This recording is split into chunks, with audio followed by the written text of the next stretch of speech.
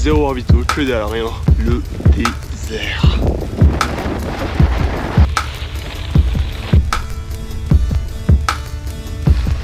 Non mais ce col il est interminable.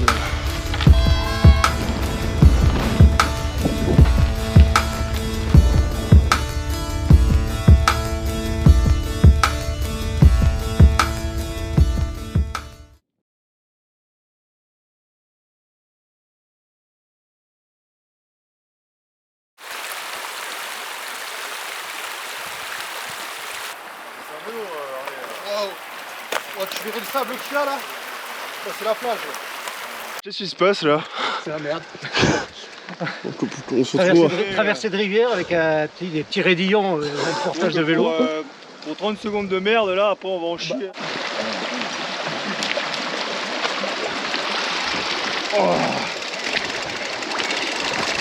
Ah, de la bonne soupe là. Qu'est-ce que c'est que ça? Oh.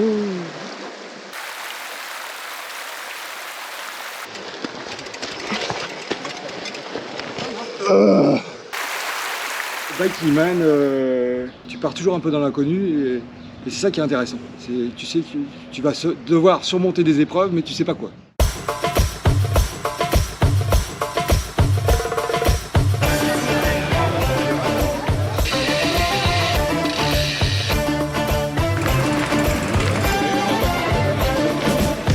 Attention. 15,68, tu es en dessous de la moyenne. Est-ce que ça suffira? Oui. Non mais origine, une peinture très légère. Ça explique la différence de poids.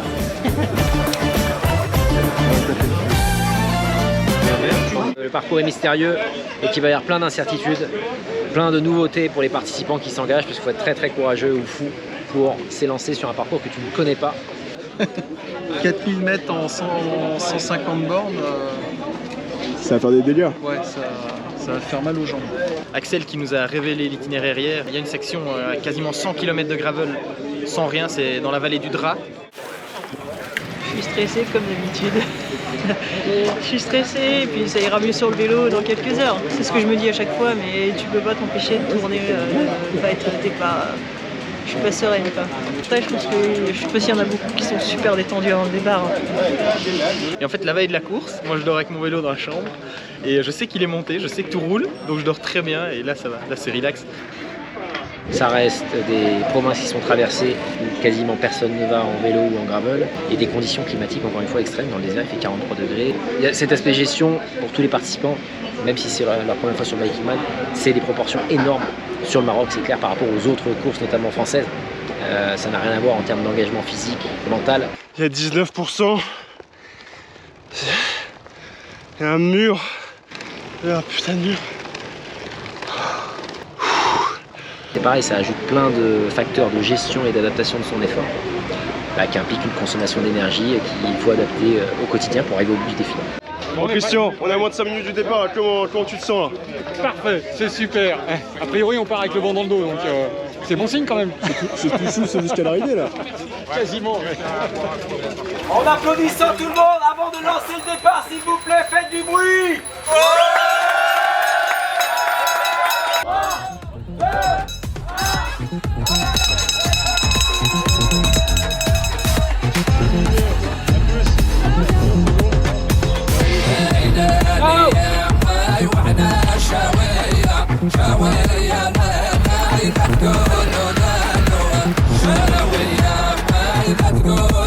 J'ai l'habitude moi des montées, j'adore ça, donc c'est pas ça qui me fait peur. Moi ce qui me fait peur c'est le gravel, j'en ai jamais fait. Allez Los Angeles. Allez Didou.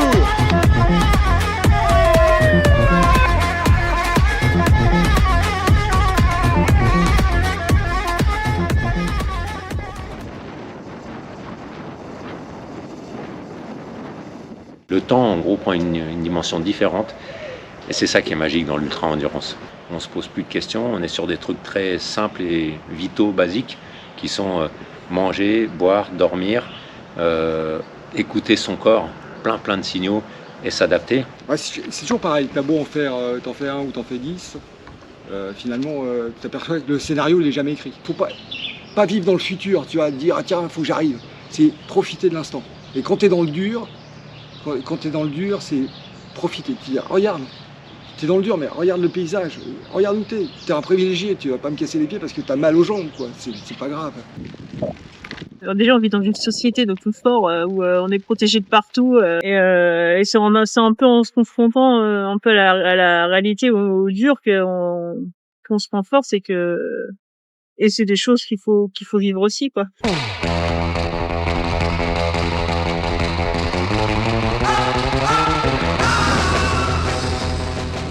C'est le Hawaï, ça c'est le secret marocain, je pense. Je pense que ça bat tous les records en termes de sucre, mais d'instant câlin aussi. Donc t'as le réconfort et la glycémie.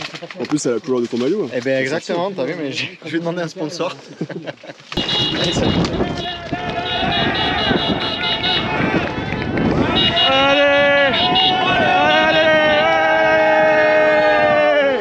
sont chauds les Marocains, Christian. Hein. Ouais. Bouillant. C'est clair. Ouais, c'est ça. Un peu d'humanité, ça fait du bien quand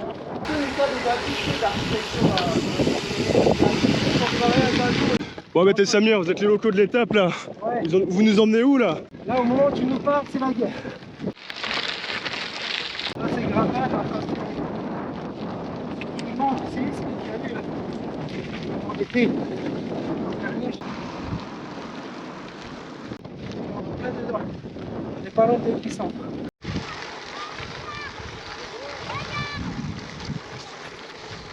Non mais ce col il est interminable. Interminable. C'est des kilomètres et des kilomètres qu'on est entre 10 et 15%. Mais bon, j'arrive encore à parler, c'est pas assez dur.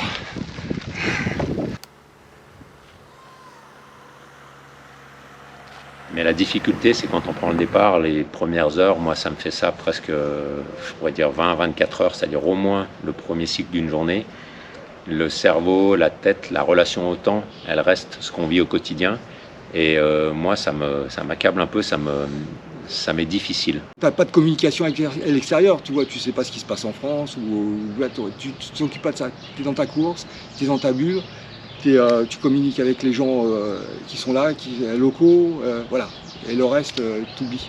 Et ça fait un bien fou. En l'espace de 3-4 jours, t'as l'impression d'avoir vécu un truc de 2 mois, 3 mois, quoi. Quand on dépasse 24 heures, le déficit de sommeil, l'accumulation de fatigue, enfin beaucoup de choses font qu'on est un peu moins lucide de chaque seconde qui passe.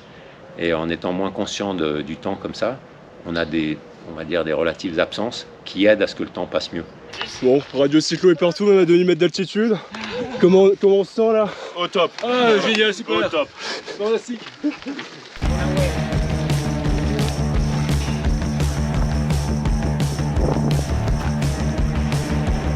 Seul au monde dans la nuit désert dans l'Atlas marocain. Putain, après le Sri Lanka, ça va être quelque chose ça.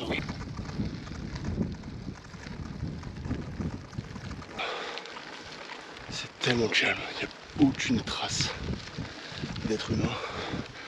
À part des cyclistes fous. Complètement fous. Ça y est, finito. Enfin. Enfin. Comment ça va? Après 3 heures de grimpette peut-être, on sait même plus. Pas mal de crampes. Un peu vidé là. Vivement le CP1.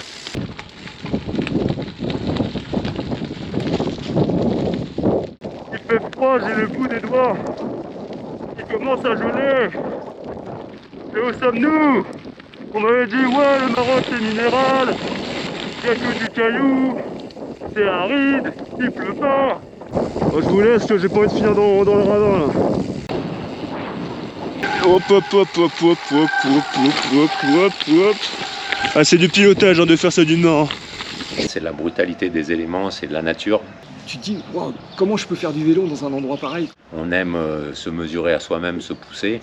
On aime aller loin, c'est-à-dire la nuit. On l'a dit au départ comme ça, en déficit de sommeil, dans des conditions un peu précaires de nourriture, d'hydratation. Mais en fait, on revient sur des basiques de survie qui font qu'on se sent vivant derrière.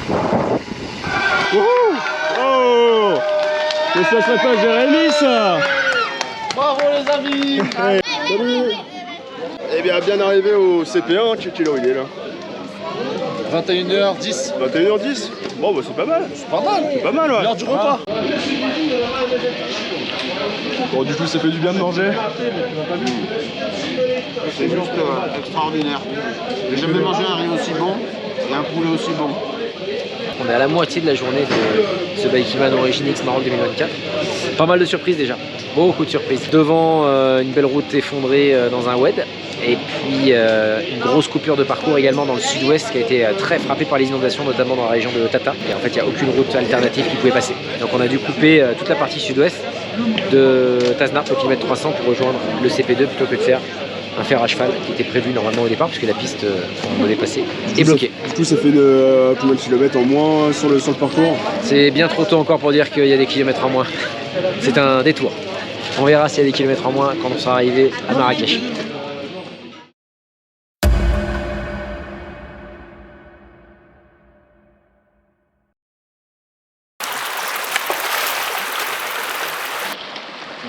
On se retrouve à traverser un cours d'eau. Oh là là là là là là. Ouais, faut aller dans l'eau. Faut aller dans l'eau. Vous avez mis les chaussettes sèches? Ouais, tu vas refouler. C'est plus du gravel ça, hein?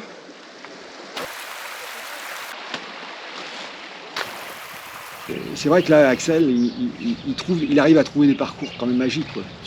Les touristes ne passent pas là. Tu passes pas là. Tu passes pas en 4x4, tu passes pas. C'est pas connu ça. Il n'y a que les gens locaux qui peuvent passer dans des endroits pareils. Donc, et c'est ça la magie du truc en fait. Hein. Des endroits par exemple, on était entre 1009 et 2100.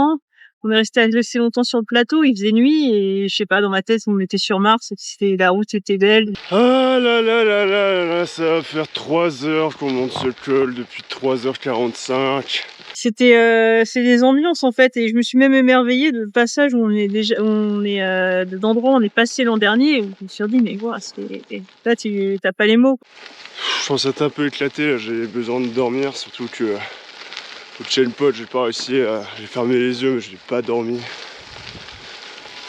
Bon c'est beau hein, derrière.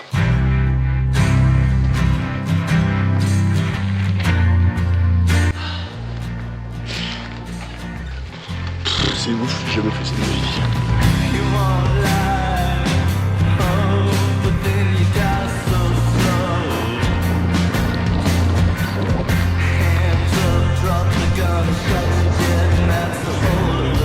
Il y a un village, ça veut dire Ravito. J'espère.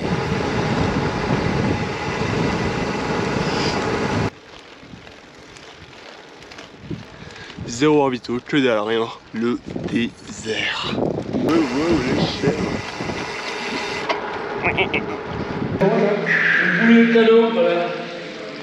Ça fait plaisir d'avoir un ravito là 100 km après. Qu'est-ce que ça fait là? Depuis le départ, il y avait un ravito. Bonne nouvelle, CP2 dans 100 km. Vu que le parcours a été remanié à cause des inondations. Ouais, tout à fait. Le premier tronçon, on aurait probablement dû envoyer des hélicoptères si les participants étaient allés là-bas, parce que la route était inaccessible, détruite, avec des conditions de voirie qui étaient ravagées, quoi. À l'approche du CP2, on y est sur une fin d'après-midi et c'est un endroit où il y a eu une espèce de, on nous a expliqué un début de, pas de tempête du Sahara, mais en tout cas un vent fort du Sahara. J'ai maudit Axel 50 fois. Et c'était vraiment usant dans la tête parce qu'on prenait rafale sur rafale et tu dis mais c'est pas possible, c'est déjà dur et plein de chaleur. Et là on a activé le mode Touareg face au vent, la poussière, le sable, le soleil. T'as 40 bornes de ligne droite, j'ai fait ça à la tombée du jour, le vent dans la tête, tout seul. Là j'étais tout seul. Et là j'ai dit c'est long, c'est très très long. Et j'étais au bout de ma vie. Et il reste encore 15-20 bornes avant le CP2, on n'est pas arrivé bordel. On devient complètement ma boule. Je me demande, il y a la folie des montagnes. Est-ce qu'il y a la folie du désert aussi, ouais. C'est bien possible. Et dans ces cas-là, quand tu es un peu dans le dur, tu t'empiles toutes les couches et toutes les assiettes de difficulté à dire et en plus faut revenir, et en plus ci, et en plus ça. C'est une succession dans l'ultra de bas et de haut. Quand tu souffres, l'abandon c'est plus une option, quoi. Tu dis bon c'est pas grave, ça va passer. Puis en fait derrière, c'est ce qui te rend heureux, quoi. Oui, l'arrivée au CP2. Le pont. Le pont est complètement royal. J'ai vécu la traversée du désert là, littéralement là. Même pas encore arrivé que tu roules déjà. Ah non, je loue la puissance de Éole du Sahara plutôt. C'est mieux. Dans le mauvais sens par contre. Ouais, c'est ça. Maintenant, le pire, c'est qu'il va falloir refaire tout ça, mais en sens inverse, pour grimper jusque, je sais pas, 70 km, je crois. Mais j'ai besoin de repos là, parce que je sais pas si on le voit, mais je suis un peu marqué par l'effort. Allez, bisous.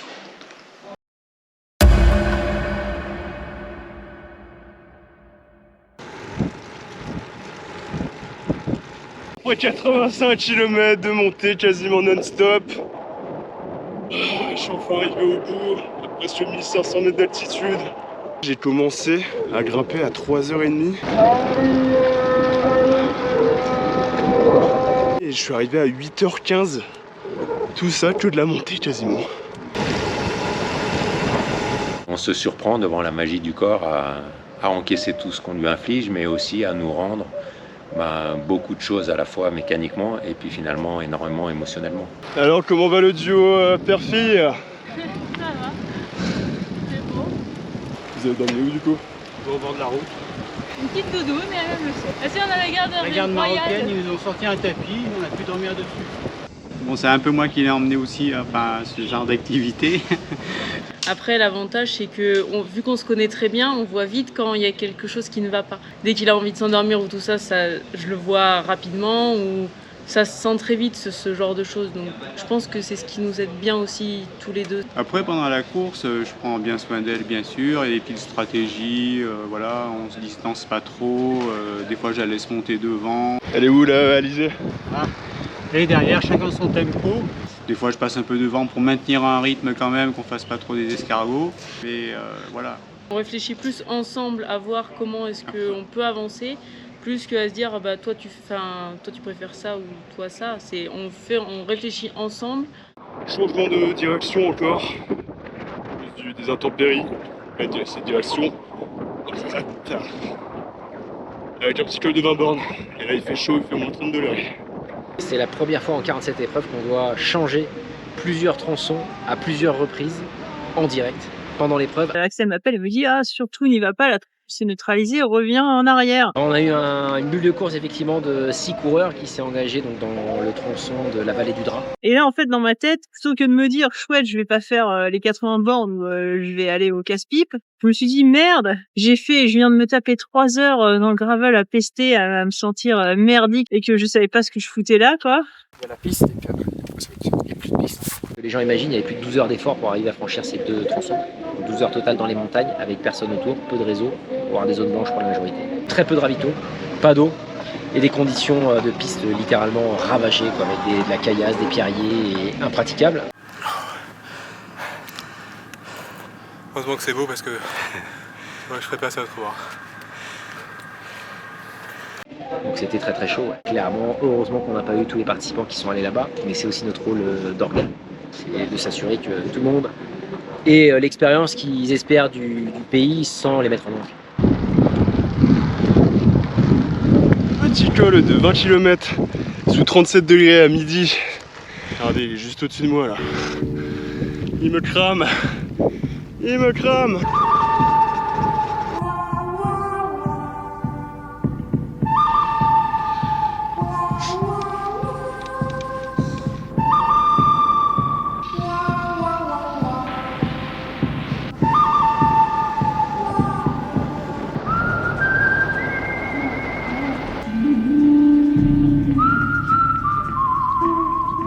Petite technique quand il fait chaud. On se mange, on se bouge les manches. On se monte vers la nuque là. Hossein, Shokran. Merci pour le thé. Ouais, pas de problème.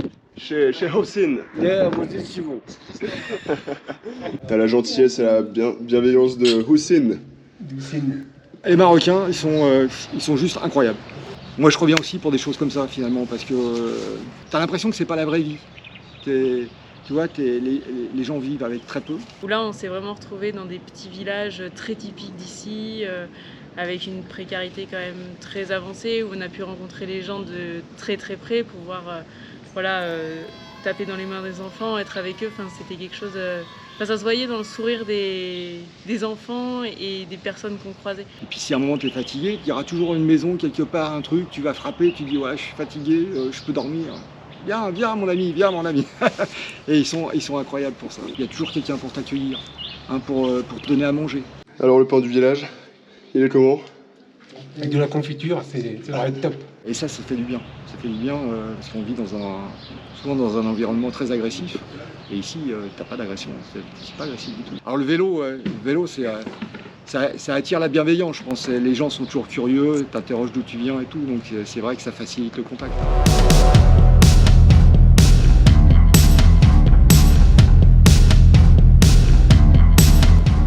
Salam alaikum. Et on arrive bientôt au CP3. Enfin. Parce que là, ça devient long.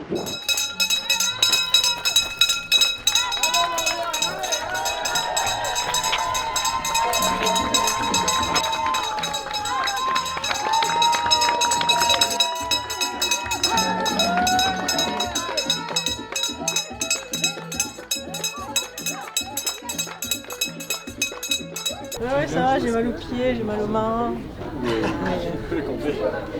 Comme d'hab. À la fin, ça a fait très mal. Alors, je n'ai pas du tout dormi, je me suis pas posée. J'ai mis la tête comme ça et j'ai fermé les yeux le temps d'attendre mon repas au CP3 et c'est tout. Comment on fait pour tenir 1000 bornes sans dormir? Je ne conseille pas. Tout simplement, c'est que moi, je me connais, je sais que j'ai des gros soucis pour m'endormir. Et que de toute façon quand je me pose, j'arrive pas à dormir. C'est vraiment l'expérience qui m'a apporté ça. J'arrive maintenant à savoir comment avant la course bien dormir, capitaliser un peu de sommeil, même si ça s'épuise très vite quoi. Mais je gère aussi à mon allure, parce que toute la course, je dis putain, j'avance pas, les types autour de moi ils roulent hyper fort. Et moi je m'arrête pas quoi. Olé. Oh, c'est magnifique. C'est un petit coin de paradis ici. Oh oui.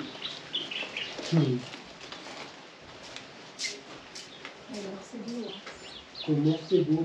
Bon alors Thierry, comment ça va depuis ce lever de soleil ce matin il y a 10-15 heures? C'est le jour et la nuit là, raconte-moi un peu. C'est un autre homme. Douleur au genou depuis le départ, donc je gère avec. Et sinon, écoute, c'est le premier Bikeman, donc y a pas le choix, faut y aller. Je pédalais plus à 8h du matin. Et puis à 9h30, j'ai trouvé une technique qui a fait que c'est pied en avant, les 3 petits orteils crispés. Et là, après, tu fais que tirer. Donc la gauche pousse, la droite tire. Voilà.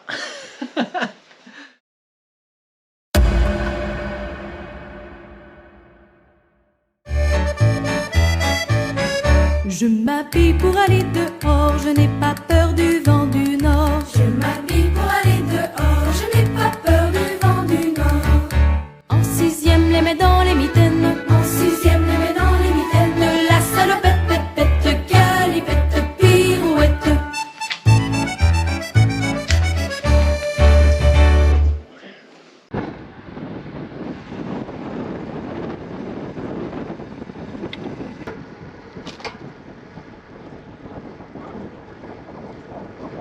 Il y a vraiment un super esprit sur cette épreuve, un esprit de communauté, mais dans le sens famille. Tu rencontres une fraternité incroyable entre les concurrents, tu vois. Tu laisses personne sur le bord de la route, tu as toujours un mot sympa quand tu passes quelqu'un, tu vois quelqu'un. Les personnes que tu connais, que tu sais que tu vas voir au CP, à l'arrivée, sur la route, qui est vachement important. T'as l'impression de pas être dans la vie normale quoi. Oh là là. Ça fait 90 bornes qu'on grimpe. 90 bornes, ça commence à tirer un petit peu, mais dernier gros morceau là. Il reste exactement 137.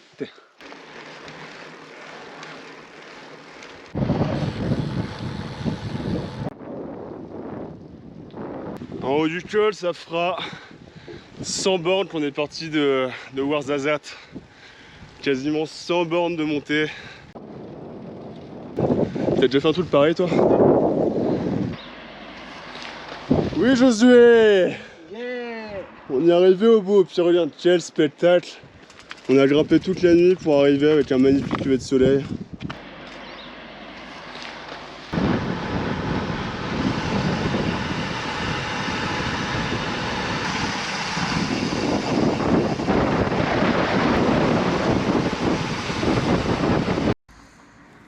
Bon voilà, puis on se réchauffe avec un petit thé hein, à la marocaine et puis des petites sucreries. Parce que 70 km de descente ça aurait été trop facile. Monsieur Alcide Carion a décidé de nous mettre un bon gros pétard de 8 km avec presque 550 de dénivelé. Ouais, alors c'est la signature Biking Man Axel Carion. Ça. On l'estimait à plusieurs avec qui on a partagé ces moments-là. Il y a des passages largement au-dessus de 20% et plusieurs fois.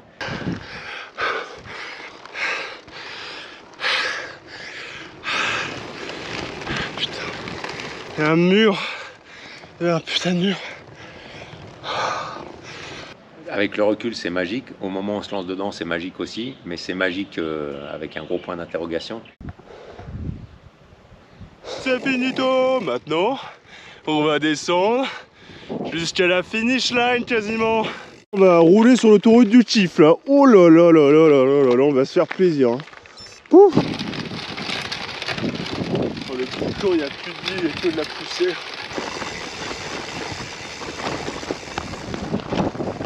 Putain, c'est carrément gravel là. C'est un peu trop gravel.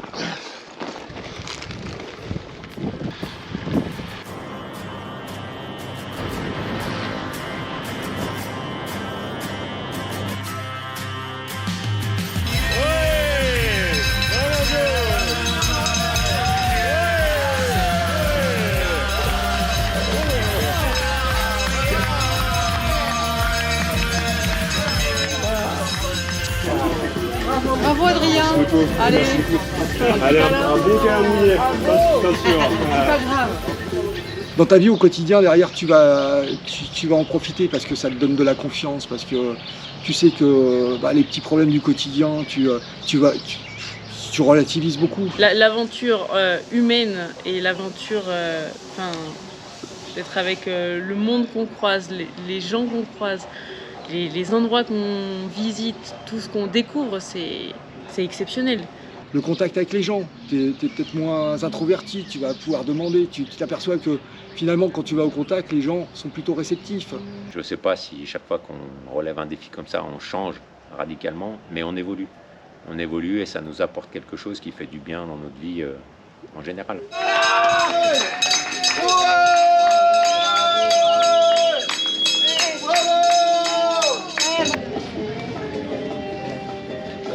Ouais. Ouais, ça y est, elle est arrivée, soulagée. Soulagée. Il va falloir digérer maintenant. Un peu de temps. C'est vraiment que du plaisir. On en chie comme grave. Là, cette année, apparemment, c'était un peu plus dur. Mais sincèrement, si on n'en sort pas avec une réflexion sur soi-même et sur le monde, je pense que ça sert à rien, justement. C'est magnifique, il n'y a pas une image, c'est des images, c'est des moments, c'est des expériences, c'est des rencontres, enfin, c'est plein de choses, quoi. C'est sincèrement, oui, si t'en sors pas plus grand... On n'est pas des Superman, c'est juste une question d'avoir envie, de volonté. Mais quand tu passes ça, tu t'aperçois que faire 9000 km, c'est pas du tout insurmontable. S'il hésite parce qu'il a peur, faut y aller, faut découvrir. Et moi, ce que je peux lui dire aussi, c'est qu'avant de faire ma première course, je me sentais pas capable de faire 300 km. Comme je l'ai dit tout à l'heure, si on veut quelque chose de beau, il faut aller chercher quelque chose de haut. Donc voilà, j'ai autre chose à dire. Nous sommes le vendredi après-midi et le temps limite du Bikiman est dépassé. Il restait encore un cycliste en lice, c'est le Belge Philippe Le Bailly. Malheureusement pour lui, il a eu une crevaison dans les dernières heures, ce qui lui a empêché d'arriver dans le temps limite. Et Philippe Le Bailly arrive en ce moment même, accueilli par tous les participants. Bravo Philippe.